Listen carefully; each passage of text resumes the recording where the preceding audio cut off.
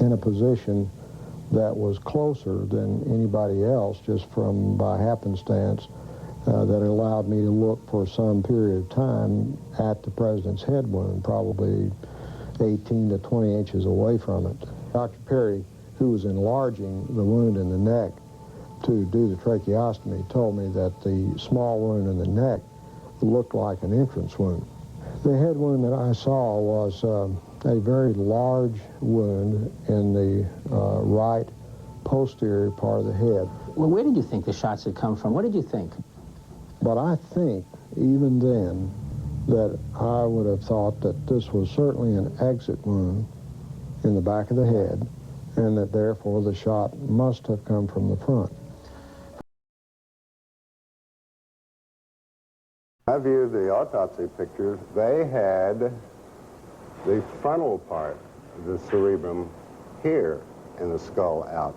So when the picture was taken, you think they pulled the skin back up over this wound? That's the only thing I can postulate, because the back of his head was gone. This was a huge hole. It was on the right. It was 9 to 10 centimeters across, and you could look right into the brain. Crenshaw. Large hole is at the front of the head. See something else. This is just almost a personal question. Are you pretty comfortable today with the notion that someone was firing at President Kennedy somewhere from the front? Yes. Are you equally comfortable, or are you not comfortable with the notion that there is forgery of some sort in the official documents of this? I feel there probably is. I certainly could not be held down to saying exactly how that is, or even approximately how it is, perhaps. But I feel that there has been some kind of attempt to cover up what was going on.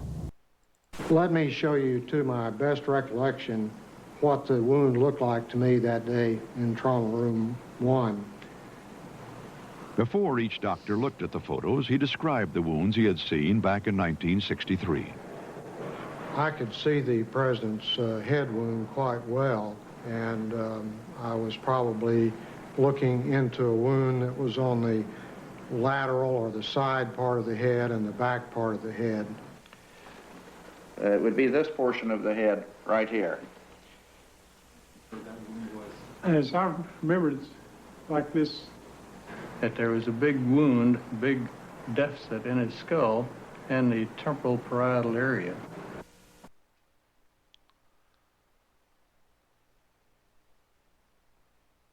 Now,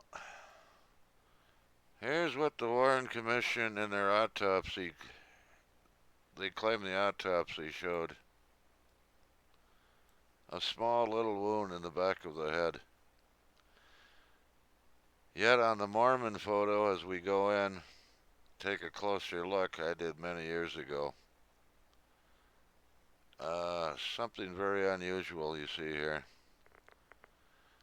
Here's somebody else that has examined this.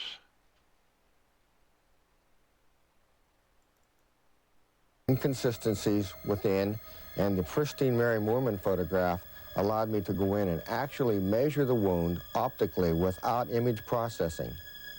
As we go into the wound and as we expand the wound and magnify it, you can see that the pixel elements, or each one of these little dots, is represented by dark squares or light squares.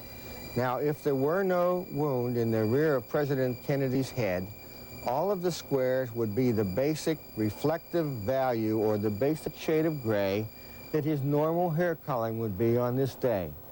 Every time, in my years of experience with this, when there is a concave or convex area that is a deformation of the overall image, there is absolutely no question that the case is, as it goes darker under this situation, that this is going from an area on the top of President Kennedy's head down into an extremely deep hole, because the entrance wound that supported this exit wound was fired from the right frontal area of President Kennedy, and it exited through the rear.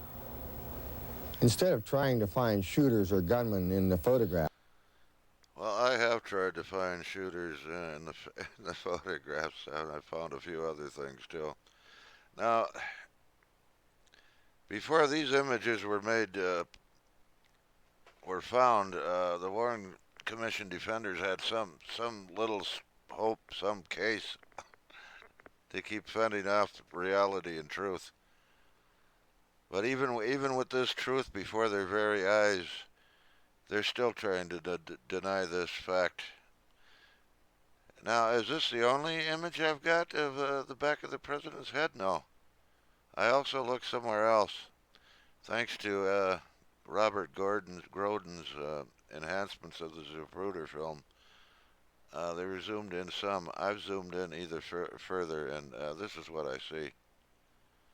So we have two independent photos here, the Mormon photo and the Zapruder film, which both show this large wound in the back of the president's head. This is not words. This is hard evidence, hard photographic evidence of an exit wound in the back of the president's head.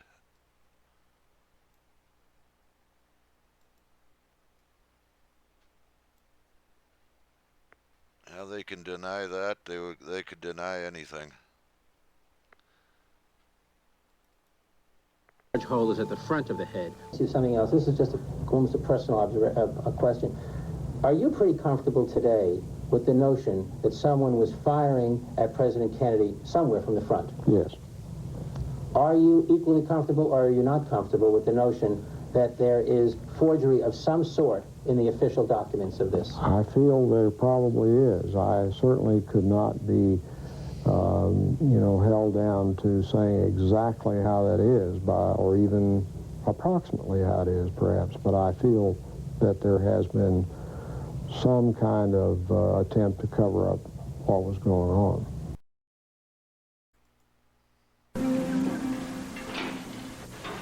Darrow Tomlinson, a Parkland Hospital employee, reenacts how he found that bullet on a stretcher. The bullet was ballistically traced to Oswald's rifle. The Warren Commission concluded that it was the bullet that had wounded both men and that it had fallen out of Connolly's clothing onto his hospital stretcher. The bullet was found here in this area, and not on that stretcher. That's the stretcher I took off the elevator. The stretcher he took off the elevator was Connolly's, so Tomlinson found the bullet on a different stretcher not connected to the case. This led critics to claim the bullet was planted, but the commission decided Tomlinson was mistaken. It was there when I came up.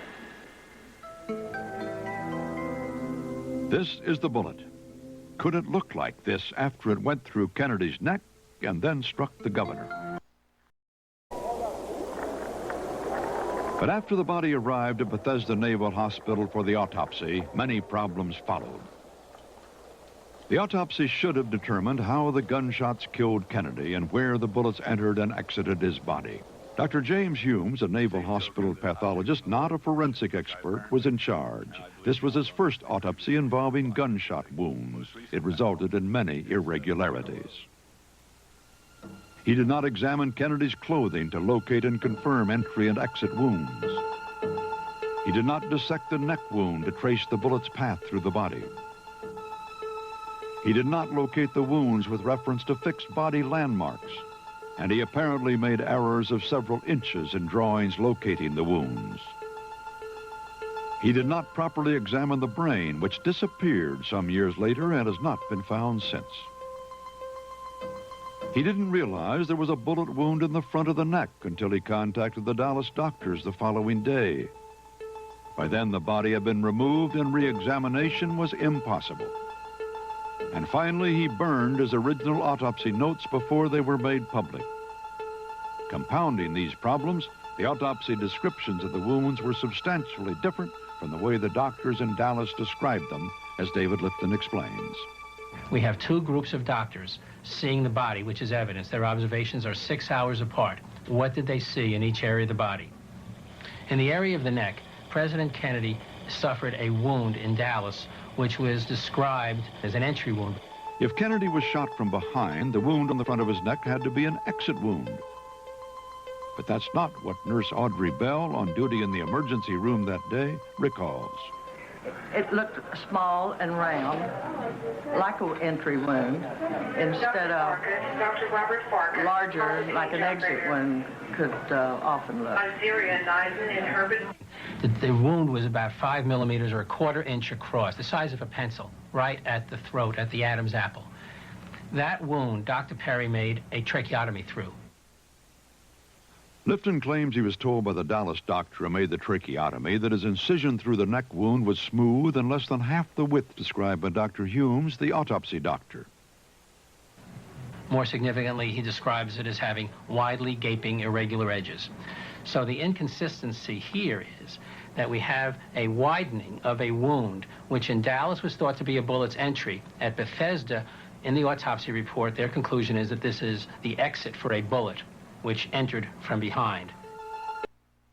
At best, confusing. Dr. Robert McClelland saw the wounds firsthand at Parkland Hospital in Dallas. The wounds are consistent, I think, not with the bullet having been fired from the 6th floor of the depository building from behind the president, but from somewhere around the grassy knoll or the triple underpass, somewhere in the front.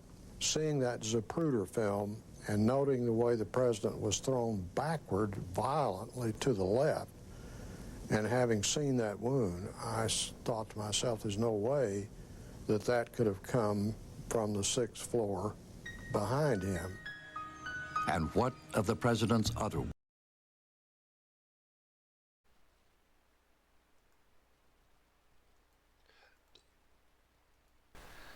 The Warren Commission's guided missile.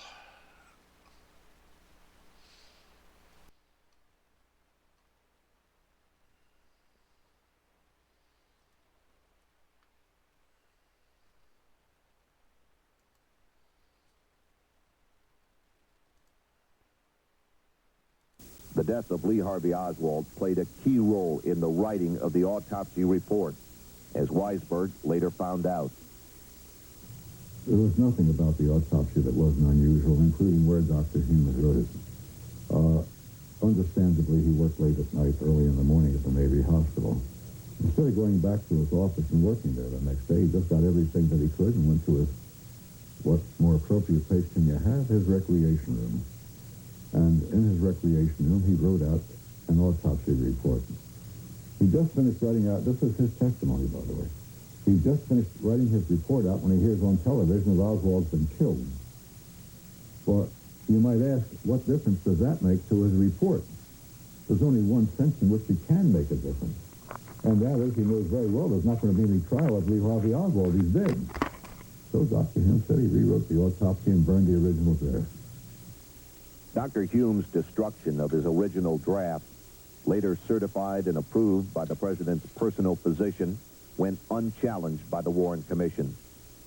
Although we will never know for certain what the original report contained, the evidence appears clear on this point, that once Oswald was dead and there was no possibility of a trial, the autopsy doctors deliberately mislocated the wound in the president's back, a falsification which was essential to the commission's contention that Oswald was the sole assassin.